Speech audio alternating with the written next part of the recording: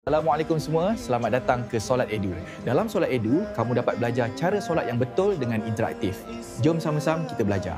Dalam Solat Edu, kita akan belajar setiap rukun solat satu persatu puniat, daripada niat, takbir hingga salam. Setiap bahagian solat akan diterangkan dengan contoh pergerakan dan bacaan yang betul.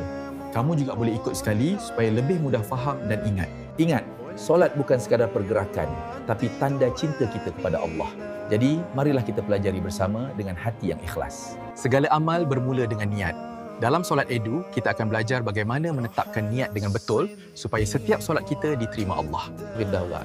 Bacaan dalam solat bukan sekadar sebutan, tapi penghubung antara hamba dan Tuhannya. Khusyuk datang bila hati dan fikiran fokus kepada Allah. Dalam Solat Edu, kami bantu kamu belajar cara menenangkan hati sebelum dan semasa solat. Semoga setiap langkah kita dalam belajar solat diberkati Allah.